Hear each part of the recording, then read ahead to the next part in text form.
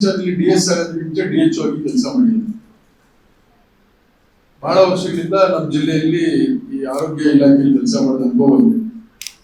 ಬಹುಶಃ ಯಾರ ಅವಧಿಯಲ್ಲಿ ಕೂಡ ಇಷ್ಟು ದೊಡ್ಡ ಮಟ್ಟದಲ್ಲಿ ಆರೋಗ್ಯ ಇಲಾಖೆಗೆ ಸಂಬಂಧಪಟ್ಟಂತ ಅನುದಾನಗಳು ಬರಕ್ಕೆ ಸಾಧ್ಯನೇ ಇಲ್ಲ. 42 ಕೋಟಿ ಬಂದಿದೆ ಸರ್. ನಿಮ್ದು renovation 9.9, critical care rate 16 change.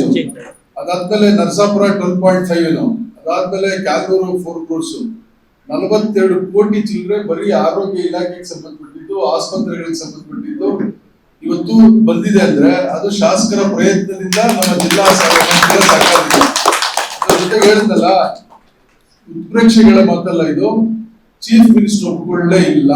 ದಯವಿಟ್ಟು ಕಾಲ್ ಇಟ್ಕೊಳ್ತೀನಿ ಅಂತ ಹೇಳಿ. ಇವತ್ತು ಮೆಡಿಕಲ್ ಕಾಲೇಜ್ ಬಂದಿದೆ ಅಂದ್ರೆ ಅವರ ಪ್ರಯತ್ನದಿಂದ ಮೆಡಿಕಲ್ ಕಾಲೇಜ್ ಬಂದಿದೆ ಅಂದ್ರೆ ಸರ್ಕಾರಿ ಮೆಡಿಕಲ್ ಕಾಲೇಜ್. ಮೆಡಿಕಲ್ ಕಾಲೇಜ್ ಇರ್ತಿತ್ತು, ಬಡ್ಜೆಟ್ ಅಲ್ಲಿ ಇರ್ತಿತ್ತು, PPP ಮಾಡಲ್ ಇರ್ತಿತ್ತು, ಲಾಸ್ಟ್ ಇಯರ್ ಬಂತು, ಅದಕ್ಕೆ ಕಂಟಿನ್ಯೂ ಆಗ್ತಿತ್ತು. ಇವತ್ತು ಸರ್ಕಾರಿ ಮೆಡಿಕಲ್ ಕಾಲೇಜ್ ಬಂದಿದೆ ಅಂದ್ರೆ ಅವರ ಪ್ರಯತ್ನದಿಂದ ಆಗಿದೆ. ಹಾಗಾಗಿ ಅವ್ರ ಜೊತೆಗೆ ನಾವೆಲ್ಲ ಸಹಕರಿಸಿ ಒಳ್ಳೆ ಕೆಲಸ ಮಾಡೋಷ್ಟೇ. ನಮ್ಮೆಲ್ಲ ಸದಸ್ಯರು ಹೋದ್ರೆ, ನಮ್ಮೆಲ್ಲ ಡಾಕ್ಟರ್ಸ್ ಎಲ್ಲ ಸ್ಟಾಫ್, ನರ್ಸಿಂಗ್ ಸ್ಟಾಫ್, ಇನ್ನೊಬ್ಬರು ಎಲ್ಲರೂ ಹೇಳೋದಷ್ಟೇ, ಶಾಸಕರ ಪರಿಸ್ಥಿತಿ ನಿಮಗೆ ಗೊತ್ತಿದೆ. ಅವರು ಝೀರೋ ಕರಪ್ಷನ್. ಅವರು ಅಷ್ಟೇ ಕರಪ್ಷನ್ ವಿಚಾರ ಬಂದ್ರೆ ಅಷ್ಟೇ ಯಾವ ರೀತಿ ಅವರು ನಿಮ್ಗೆಲ್ಲ ಬಹಳ ಮೃದುವಾಗಿ ಬಹಳ ನಗ್ನಗ್ತಾ ಇರ್ತಾರೆ, ಅಷ್ಟೇ ಮುಂಗೋಪಿ ಕೂಡ. ಅದು ನಮ್ DS ಅನುಭವ ಆಗಿರ್ತದೆ ಸರ್. ಹಂಗಾಗಿ ದಯವಿಟ್ಟು ನೀವೆಲ್ಲ ಒಳ್ಳೆಯವರಾಗಿರ್ರಿ, ಯಾರು ಅವರಿಂದ ಕೆಟ್ಟವ್ರಾಗಕ್ ಹೋಗ್ಬೇಡಿ, ಅಷ್ಟೇ ಕೆಟ್ಟವ್ರು ಹಂಚ್ಕೊಳಕ್ ಹೋಗ್ಬೇಡಿ. GR ಆರ್ಥೋಪೆಡಿಕ್ಸ್ ಕೋಲಾರ್ ಮೂಳೆ ಚಿಕಿತ್ಸಾ ಕೇಂದ್ರ. ಅತ್ಯಾಧುನಿಕ ತಂತ್ರಜ್ಞಾನ ಬಳಸಿ ಎಲ್ಲ ಮೂಳೆ ಸಂಬಂಧಿ ಸಮಸ್ಯೆಗಳಿಗೆ ಪರಿಹಾರ. ಜಾಯಿಂಟ್ ರಿಪ್ಲೇಸ್ಮೆಂಟ್, ಸ್ಪೋರ್ಟ್ಸ್ ಸಂಬಂಧಿ ಸಮಸ್ಯೆಗಳು, ಮೂಳೆ ಮುರಿತ, ಸ್ಪೈನ್ ಶಸ್ತ್ರಚಿಕಿತ್ಸೆಗಾಗಿ ನುರಿತ ಮೂಳೆ ತಜ್ಞರನ್ನು ಸಂಪರ್ಕಿಸಲು 7020532255 ಹಿಂದೆ ಕರೆ ಮಾಡಿ. ಬೇರೆ ಹಾಸ್ಪಿಟಲಲ್ಲಿ ದಿವಸಕ್ಕೆ 10 ಜನ, 20 ಜನ, 50 ಜನ, 100 ಜನ ಬರ್ತಾರೆ ಪೇಷಂಟ್ಸು. ಅವ್ರನ್ನ ಮೇಂಟೈನ್ ಮಾಡೋದಕ್ಕೆ ಅವ್ರ ಕೈಲಾಗಲ್ಲ. ಒಂದು ದಿವಸಕ್ಕೆ ನಾವು ಔಟ್ ಪೇಷಂಟ್ನ 800 ಇಂದ 1000 ಔಟ್ ಪೇಷಂಟ್ ಮಾಡ್ತೀವಿ. ಆಮೇಲೆ ಇವತ್ತು ಬಂದಿರೋ ನಾಳೆ ಬರೋರು ಅದು 300-400 ಜನ, 1200 ಜನನ ಇಲ್ಲಿ ಮೇಂಟೈನ್ ಮಾಡ್ತೀವಿ. ಹೆಚ್ಚು ಕಮ್ಮಿಗಳು ಬರ್ತಾ ಇರ್ತವೆ, ಸ್ವಲ್ಪ ಡಿಫ್ರೆನ್ಸಸ್ ಆಗ್ತಾ ಇರ್ತವೆ, ಎಲ್ಲವೂ ಆಗ್ತಾ ಇರ್ತವೆ. ಸಮಸ್ಯೆ ಏನೂ ಇಲ್ಲ, ಮಾಡ್ತಾನೆ ಇರ್ತದೆ. ಇವಾಗ ಅದನ್ನೆಲ್ಲ ಸರಿಪಡಿಸ್ಬೇಕು ಅಂತಲೇ ನಿಮ್ಮನ್ನು ಬಿಟ್ಟಿರೋದಿಲ್ಲ. ನೀವು ಸರಿಪಡಿಸಿ. ಇದಕ್ಕೆ ಮುಂಚೆ ನೀವೇ ಫೋನ್ ಮಾಡಿದಾಗ ನಿಮ್ಮದೇ ರೆಸ್ಪಾನ್ಸ್ ಆಗಿರಲ್ಲ, ನಿಮಗೆ ಗೊತ್ತಿರಲ್ಲ. ಅದನ್ನೇ ನಿಮ್ಮನ್ನು ಸರಿಪಡಿಸಿ ಅಂತ ಇಲ್ಲಿ ಕರ್ಕೊಂಬಂದಿರೋದು, ಅಂಥದ್ದಾಗಿರೋದ ಸರಿಪಡಿಸಿ ಅಂತ. ನೀವು ಆವತ್ತು ನನಗೆ ಫೋನ್, ನೀವು ಮೆಂಬರ್ ಮೇಲೆ ಬಂದಿರೋದೇ ಇವತ್ತು. ನೆನ್ನೆದೇನಕ್ಕೆ ಮಾತಾಡ್ತೀವಿ? ಇವತ್ತಿಂದ ಆಚೆ ಇದು ಮಾತಾಡಿ, ನೆನ್ನೆ ಮಾತಾಡ್ಬಿಡಿ. ನಿನಗೆ ಕೋಟಾ ಕೊಡಬೇಕು, ನನಗೆ ಕೋಟಾ ಕೊಡಬೇಕು ಅನ್ನೋದು ಇಲ್ಲ. ಇಲ್ಲಿ MLA quota, MP quota, MLC quota, minister quota, ನಾನು ಮೆಂಬರ್ ಆಗಿ ನನಗೆ ಕೋಟಾ ಅದಿಲ್ಲ ಇಲ್ಲಿ. BPL ಫ್ರೀ, APL ಅದೆಷ್ಟು ಸರ್? APLಗೆ 30% ಕಟ್ಟಲೇಬೇಕು. ಗೌರ್ಮೆಂಟ್ ಕಟ್ಟಲೇಬೇಕು. ಅದು ಬಿಟ್ಬಿಟ್ಟು ನಾನು ಮೆಂಬರ್ ಕೋಟಾ ಕೊಡಿ, ಫ್ರೀ ಆಗಿ ಮಾಡಿ ಅಂದ್ರೆ ಮಾಡಕ್ ಆಗಲ್ಲ. ಪಾಲಿಸಿ ಬಡವರಿಗೆ, ಅವ್ರು ಬಡವನಾದ್ರೆ BPL ಇರ್ತದೆ, ಬಡವನಾದ್ರೆ ಅವ್ರು BPL ಇರ್ತದೆ. ಅವ್ರು BPL ಇದ್ರೆ ಅವ್ರು ಬಡವನೇ ಅಲ್ಲ, ಬಡವನ ತರ ಆಕ್ಟ್ ಮಾಡ್ತಾ ಇರ್ತಾನೆ ಅಷ್ಟೇ. ಬಡವನಾದ್ರೆ BPL ಇರ್ತದೆ. ನಮ್ಮಲ್ಲಿ ಬಹುಶಃ 100ಕ್ಕೆ 80% ಎಲ್ಲ BPL ಕಾರ್ಡ್ನವ್ರು ಇರೋದು. 100ಕ್ಕೆ ಇನ್ನು 20% ಅವನು ಬಡವನು BPL ಇಲ್ಲ ಅಂದ್ರೆ ಅದು ಅವನು ಬಡವನಲ್ಲ ಅಂತ ಅರ್ಥ. ಹಂಗಾಗಿ ಕೋಟಾ ಗೀಟ ಇಲ್ಲ. ನಿಮ್ದೇನಿದ್ರು ಕೂಡ ಫೆಸಿಲಿಟೀಸ್ ಕೊಡಿಸೋದಷ್ಟೇ. ಮೆಂಬರ್ಗೆ 2 ಕೋಟಾ ಕೊಡಿ, ಮೆಂಬರ್ಗೆ 2 ಆಪರೇಷನ್ ಕೊಡಿ, ಮೆಂಬರ್ಗೆ 2 CTI ಕೊಡಿ, ಮೆಂಬರ್ಗೆ 2 MRI ಕೊಡಿ.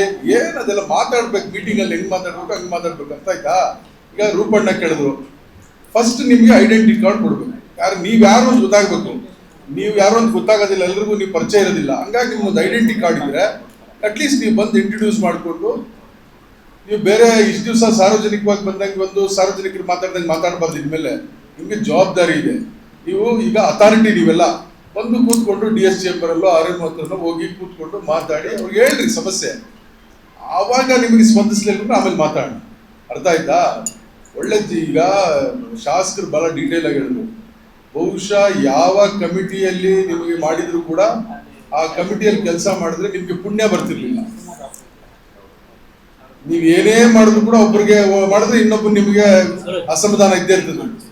ಈ ಕಮಿಟಿಯಲ್ಲಿ ನೀವೇನಾದ್ರೂ ಪ್ರಾಮಾಣಿಕವಾಗಿ ಸರ್ವಿಸ್ ಮಾಡಿಬಿಟ್ರೆ ನಿಮ್ಗೆ ಪುಣ್ಯ ಬರ್ತದೆ, ನಿಮ್ಗೆ ನಿಮ್ಮ ಮಕ್ಕಳಿಗೆ ಒಳ್ಳೇದಾಗ್ತದೆ. ಅರ್ಧ ಗಂಟೆಯಲ್ಲಿ ಏನೋ ಬಡ್ಜೆಟ್ ಬುಕ್ ಪ್ರಿಂಟ್ಗೆ ಹೋಗ್ತಾ ಇದೆ, ಅರ್ಧ ಗಂಟೆ. ಇನ್ನು ಅರ್ಧ ಗಂಟೆಗೆ ಕೂತ್ಕೊಂಡಿದ್ದಾರೆ ಚೀಫ್ ಮಿನಿಸ್ಟ್ರು ಮತ್ತೆ ಎಲ್ಲ ಏನು top IAS officers, Shalini Rajneesh madam ಎಲ್ಲರೂ ಕೂತಿದ್ದಾರೆ. ಆಗ ಮೆಸೇಜ್ ಬಂದ್ಬಿಡ್ತೀವಿ ಇವ್ರಿಗೆ KDP ಮೀಟಿಂಗ್ ಅಲ್ಲಿ. KDP ಮೀಟಿಂಗಲ್ಲಿ ಕೂತಿದ್ದೀವಿ, ಏನು ಹಾಸ್ಪಿಟ್ಲು ಇದೇನು ಮೆಡಿಕಲ್ ಕಾಲೇಜು PPP ಮಾಡಲಲ್ಲೇ ಮತ್ತೆ ಕಂಟಿನ್ಯೂ ಮಾಡ್ತಿದ್ದಾರೆ ಅಂತ. ಮೆಡಿಕಲ್ ಅಲ್ಲಿ KDP ಮೀಟಿಂಗ್ ಅಲ್ಲಿಗೆ ಬರ್ಖಾಸ್ತ್ ಮಾಡಿ ಅಲ್ಲಿಂದ ಸ್ಟ್ರೈಟ್ ಹೋದ್ವಿ CM ಹತ್ರ. 7:30 8 ಗಂಟೆಗೆ ಪ್ರಿಂಟ್ ಹೋಗ್ತದೆ. ಕಾಲು ಒಂದು ಹಿಡಿಯೋದು ಬಾಕಿ.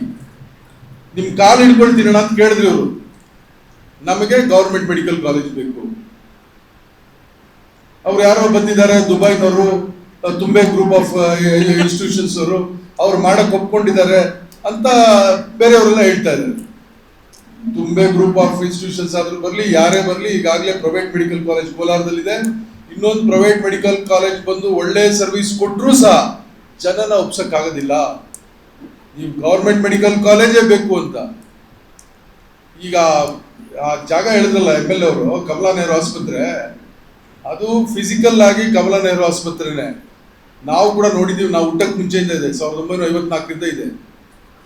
ಆದರೆ ಅದು ರೆಕಾರ್ಡ್ಸ್ ಎಲ್ಲ ಫಾರೆಸ್ಟ್ ಅಂತಿದೆ. ಅದನ್ನು ವಾಪಸ್ ತಗೊಳಕ್ಕೆ ಎಷ್ಟು ಪ್ರಯತ್ನ ಮಾಡ್ತಾ ಇದ್ದೀವಿ MLA ಅವರು, ನಾವು ಕೇಳಿ. ಬಹಳ ಕೆಲಸ ಇದೆ ನಿಮಗೆ, ಒಳ್ಳೆ ಕೆಲಸ ಮಾಡ್ರಿ, ದೇವ್ರು ನಿಮ್ಗೆ ಒಳ್ಳೇದು ಮಾಡ್ತಾರೆ. ಮೆಡಿಕಲ್ ಕಾಲೇಜ್ಗೆ ಹಾಸ್ಪಿಟಲ್ ಇದೆ, ಇದೇ ಹಾಸ್ಪಿಟ್ಲು ಇದೆ, ಅದಕ್ಕೆ ಅಟ್ಯಾಚ್ ಮಾಡಿ CM ಅನ್ನು ಕನ್ವಿನ್ಸ್ ಮಾಡಕ್ ಮೇಜರ್ ಅಸ್ತ್ರನೇ ಇದು. ಅಸ್ತ್ರ. ನಮ್ಗೆ ಹಾಸ್ಪಿಟಲ್ ಬೇಡ, ನಮಗೆ ಹಾಸ್ಪಿಟಲ್ ಬೇಡ. ಈಗಾಗಲೇ 600 ಬೆಡ್ ಹಾಸ್ಪಿಟಲ್ ಇದೆ ಅಂದ್ರೆ 500 ಕೋಟಿ ಉಳಿದೋಯ್ತು. ಇಲ್ಲ, ನಾನು 1000 ಕೋಟಿ ಬೇಕು. 750 ಬೆಡ್ ಹಾಸ್ಪಿಟಲ್ ಅಂತ ಹೇಳ್ಬಿಟ್ಟಿದ್ದೆ. 1000 ಕೋಟಿ ಬೇಕು ಒಂದು ಮೆಡಿಕಲ್ ಕಾಲೇಜ್ ಮಾಡ್ಬೇಕಾದ್ರೆ. ನಮ್ಗೆ 500 ಕೋಟಿನೇ ಸಾಕು, 500 ಕೋಟಿ ಬೇಡ ಅಂತೇಳಿ ಕನ್ವಿನ್ಸ್ ಮಾಡಿ ಈಗ 600 ಕೋಟಿ ಇಟ್ಟಿದ್ದಾರೆ ಬಾಗಲಕೋಟೆಗೆ, ಕೋಲಾರಕ್ಕೆ, ಎರಡಕ್ಕೂ. ಅಂದ್ರೆ 300 ಕೋಟಿ ಕೊಡಕ್ಕೆ ಅವಕಾಶ ಇದೆ. ಏನು ಸರ್ ಇಂಜಿನಿಯರ್ ಸಾಹೇಬ್ರೆ ಅಲ್ಲೇ? ಹೌದಾ ಇಲ್ಲ? ಈಗ ನಾವು ಫಾಸ್ಟಾಗಿ ಪ್ರೋಸೆಸ್ ಮಾಡಿದ್ರೆ ಇಮಿಡಿಯೇಟಾಗಿ ಸ್ಟಾರ್ಟ್ ಆಗ್ತದೆ. ಅವ್ರು ಹೇಳಿದ್ದಾರೆ ಫಸ್ಟ್ ಇಯರ್ಗೆ ಏನು ಬೇಕೋ ಅದು ಇಮಿಡಿಯೇಟಾಗಿ ಮಾಡೋಣ ಅಂತ ಹೇಳಿದ್ದಾರೆ.